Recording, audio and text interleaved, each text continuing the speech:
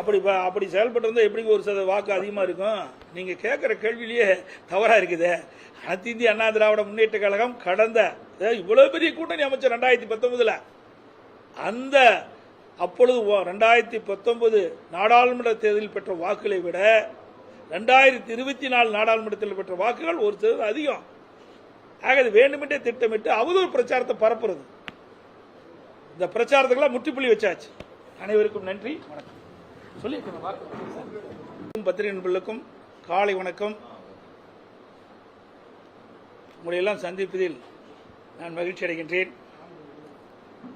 நடந்து முடிந்த நாடாளுமன்ற தேர்தல் குறித்து உங்களோடு நான் பகிர்ந்து கொள்கிறேன். 2024 நாடாளுமன்ற தேர்தல் நடைபெற்று முடிந்திருக்கின்றது. இந்த தேர்தல் குறித்து ஊடகத்திலும் பத்திரிகையிலும் விவாத மேடைகளிலும் எதிர்க்கட்சியைச் சேர்ந்தவர்களும் பல்வேறு விமர்சனங்களை வெளிப்படுத்திக் கொண்டிருக்கின்றார்கள். அதற்கு பதில் தருகின்ற விதமாக உங்களை நான் இந்த நேரத்தில் சந்திக்கின்றேன். தேர்தல் பிரச்சாரத்தை பொறுத்த வரைக்கும் பாரதிய ஜனதா கட்சி தேர்தல் பிரச்சாரம் தமிழகத்தில் கிட்டத்தட்ட 8 முறை பாரத பிரதமர் அவர்கள் வந்து சென்றதாக கிடைக்கப்பட்ட தகவல். அதோடு 8 இடங்களுக்கு மேலாக அவருடைய வேட்பாளர் கூட்டணி வேட்பாளர்களை ஆதரித்து பிரச்சாரம் செய்திருக்கின்றார். சென்னை மற்றும் கோவையில் ரோட் ஷோ நடத்தியிருக்கின்றார்கள். அவருடைய பாரத பிரதமருடைய தேர்தல் சுற்றுப்பயணம் தேர்தல் பிரச்சாரம் தமிழகத்திலே நடைபெற்றிருந்தது. அதேபோல பாரதிய ஜனதா கட்சியுடைய முக்கிய தலைவர்கள்,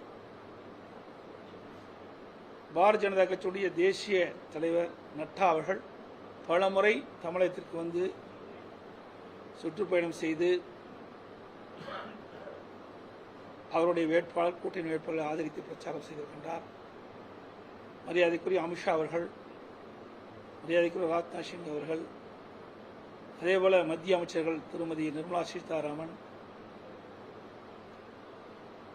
மற்றும் பல மத்திய அமைச்சர்கள் தமிழகத்திற்கு வந்து நாடாளுமன்ற தேர்தலின் போது அவருடைய கட்சியுடைய வேட்பாளர்களையும் கூட்டணி கட்சி வேட்பாளர்களையும் ஆதரித்து பிரச்சாரம் செய்தார்கள்.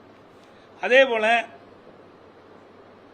பாரதிய ஜனதா கூட்டணியில் அங்கம் வைக்கின்ற பாட்டாளி மக்கள் கட்சியினுடைய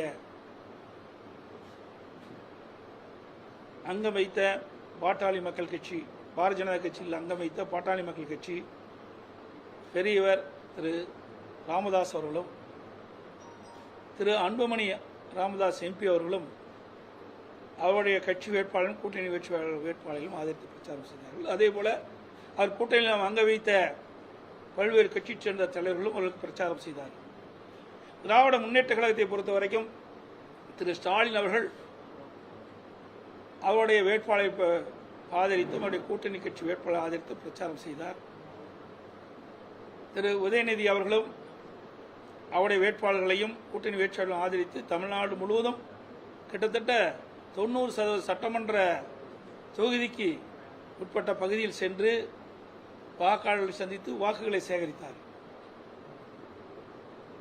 அவருடைய கூட்டணி திமுக கூட்டணியில் அங்கம் வைக்கின்ற காங்கிரஸ் இந்திய கூட்டணி கட்சி திரு ராகுல் காந்தி அவர்கள் இங்கே நடைபயணம் மேற்கொண்டார். திரு ராகுல் காந்தி அவர்கள் பொதுக்கூட்டத்திலே அவருடைய வேட்பாளரை ஆதரித்து கூட்டணி வேட்பாளரை ஆதரித்து இங்கே தேர்தல் பிரச்சாரத்தை மேற்கொண்டார்கள். அதேபோல திராவிட முன்னேற்ற கழகத்தில் அங்கம் வைக்கின்ற கூட்டணி கட்சிகள் விடுதலை சிறுத்தைகளுடைய கட்சியினுடைய தலைவர் திரு திருமாவளவன் அவர்கள் அவருடைய கட்சி வேட்பாளருக்கும் அவருடைய கூட்டணி கட்சி வேட்பாளருக்கும் தேர்தல் நேரத்தில் பிரச்சாரத்தை மேற்கொண்டார்கள்.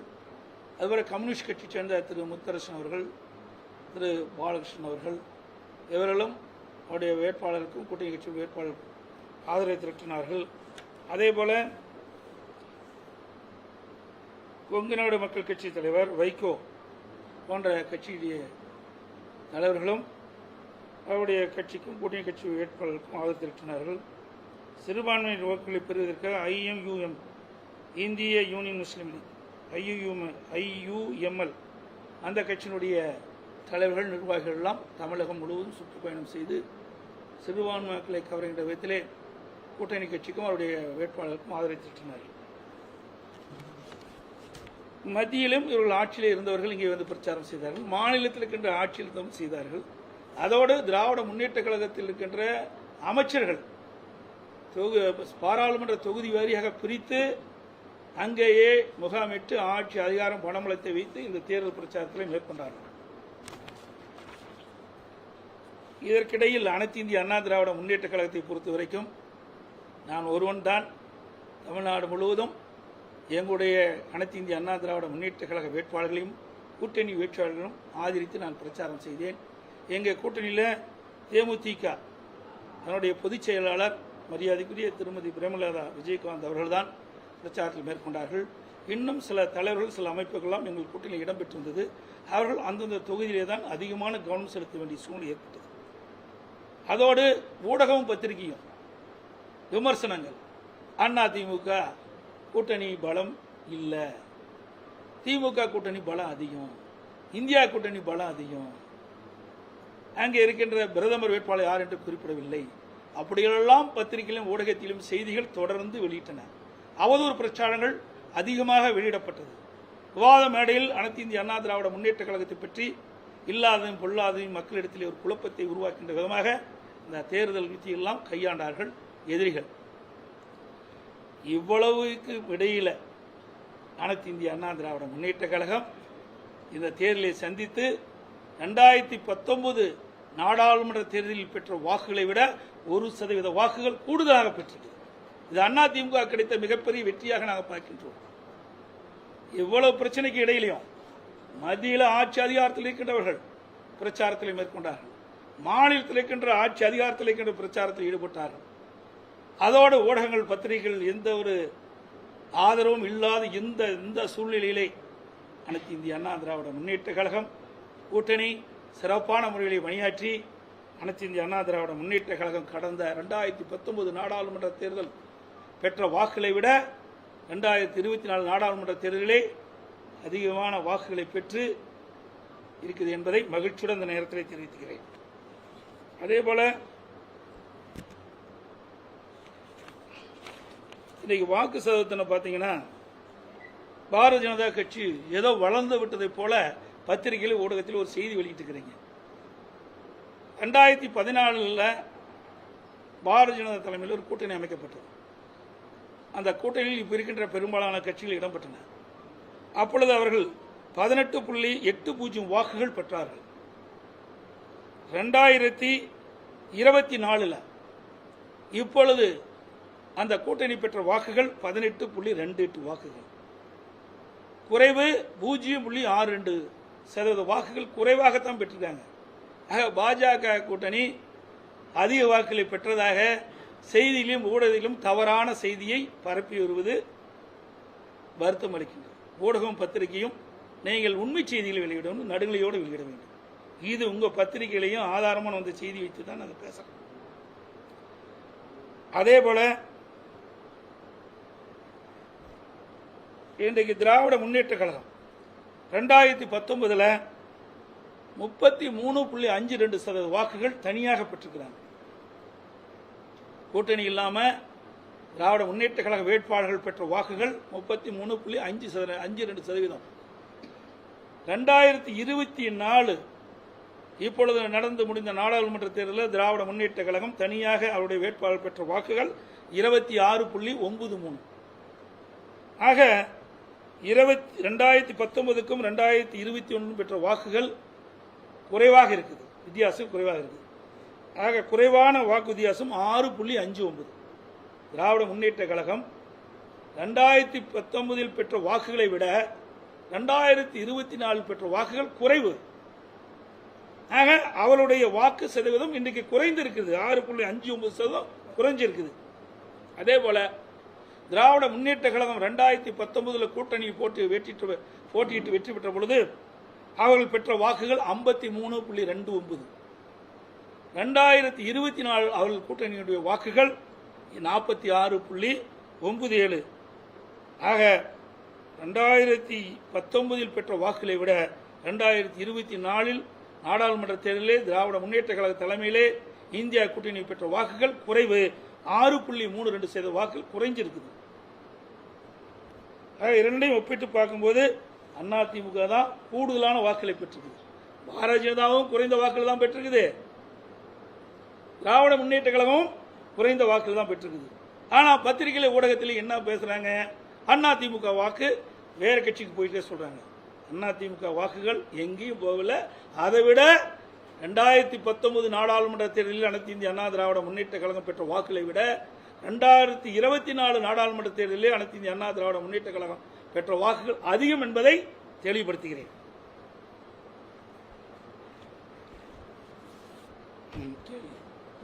தென் மாவட்டங்கள்ல 7 இடங்கள்ல டெபாசிட் இழந்திருக்கோம்.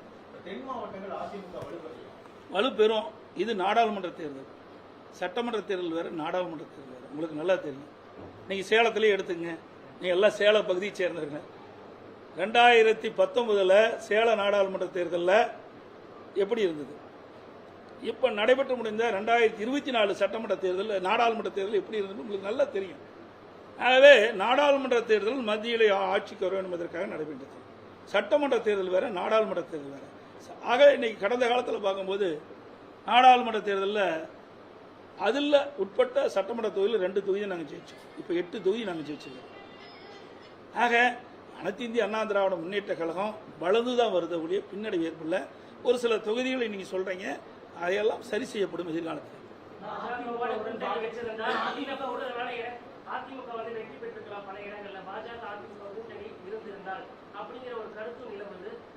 இருந்திருந்தால் போயிருந்தால் அதெல்லாம் கவலை இல்லை. அப்படி பார்த்தா திமுக இருக்கிற கூட்டணி கூட அதிமுக வந்து எல்லாம் தான் ஜெயிச்சிருக்கேன். அதெல்லாம் வேற. அதாவது ஒவ்வொருலையும் நடந்து முடிந்ததெல்லாம் வேற. ஒவ்வொரு தேர்தலும் மாறுபட்ட கருத்தாக இருக்குது. 2014 வேற மாதிரி போட்டிட்டாங்க. அதுக்கு அடுத்த வருது 2019 வேறு, 2024 இப்படி மாறுபட்ட கூட்டணிலாம் மாறி மாறி அமைச்சிட்டு இருப்பாங்க. ஆகவே அந்தந்த தேர்தல் போது அந்தந்த தேர்தல் வருகின்ற பொழுது சூழ்நிலைக்கு தற்பவாறு வெற்றி தோல்வி அமையும். ஆகவே ஒரு கட்சி தோல்வி அடைஞ்சா மறுபடியும் தோல்வி அடைஞ்சா கிடையாது.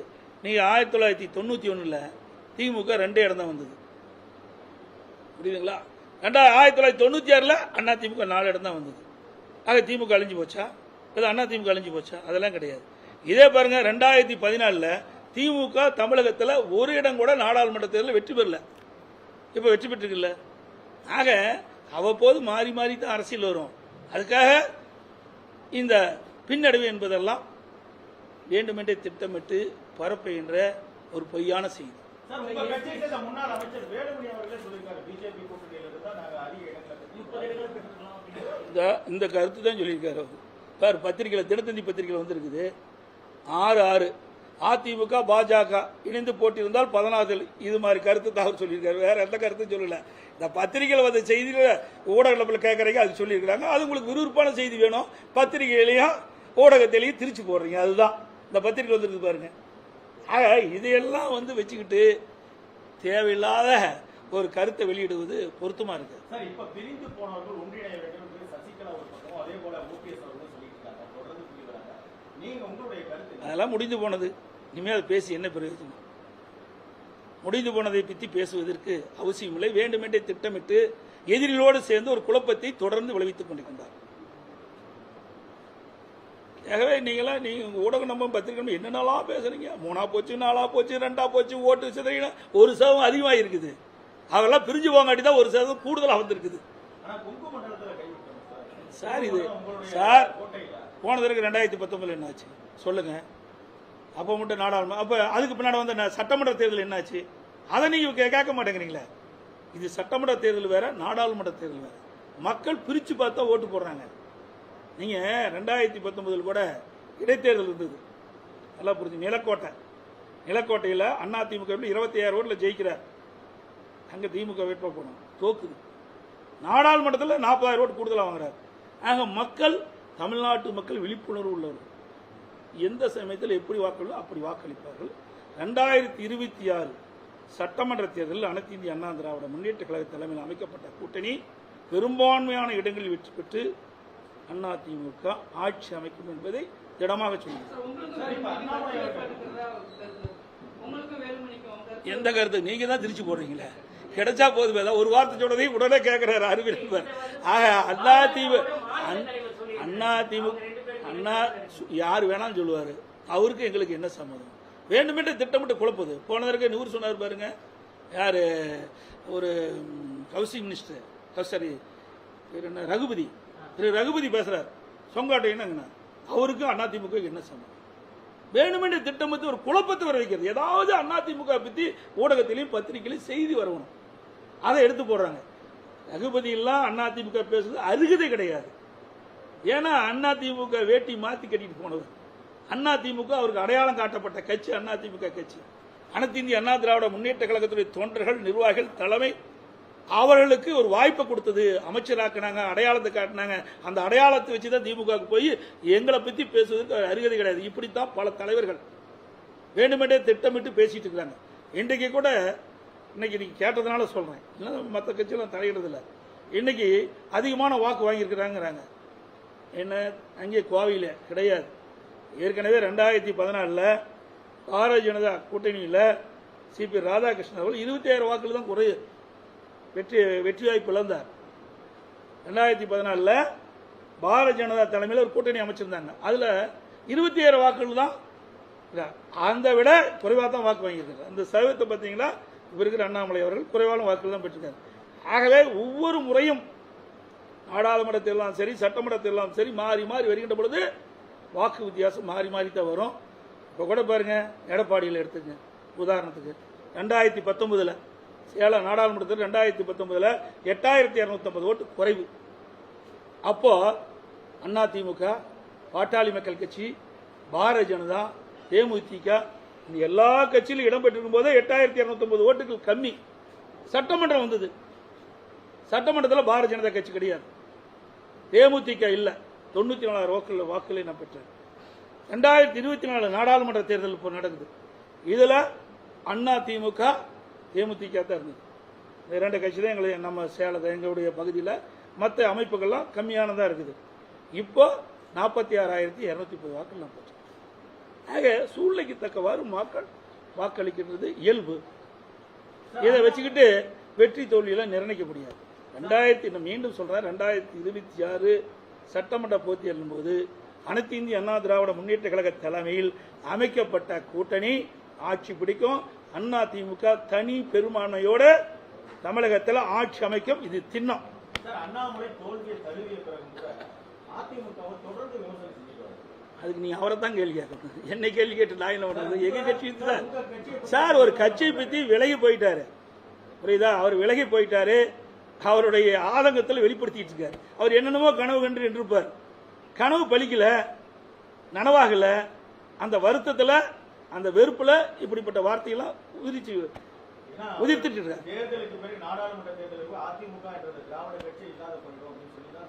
இவரை போல பல பேர் பேசினாங்க, இவரை போல பல பேர் பேசினாங்க. நான் முதலமைச்சராக பதவி ஏற்கும் போது என்னெல்லாம் ஊடகத்திலையும் பத்திரிகையில் வெளியில் வந்தது. எடப்பாடி பழனிசாமி 10 நாளைக்கு முதலமைச்சராக இருப்பாரா, 20 நாளைக்கு முதலமைச்சராக இருப்பாரா, 3 மாசத்துக்கு இருப்பாரா, 6 மாசத்துக்கு இருப்பாரா? 4 ஆண்டு காலம் 4 ஆண்டு 2 மாத காலம் சிறப்பான ஆட்சி கொடுத்தோம். அதுக்கு பிறகு கட்சி 2ஆ போச்சு, 3ஆ போச்சு, சின்ன முடக்கம், அது முடக்கம், அப்படியெல்லாம் அவதூறு பிரச்சாரம். இதையெல்லாம் முறியடிச்சு தான் தேர்தலை சந்தித்து இன்றைக்கு அனைத்து இந்திய அண்ணா திராவிட முன்னேற்ற கழகம் நாடாளுமன்றத்திலே அதிக வாக்குகளை பெற்று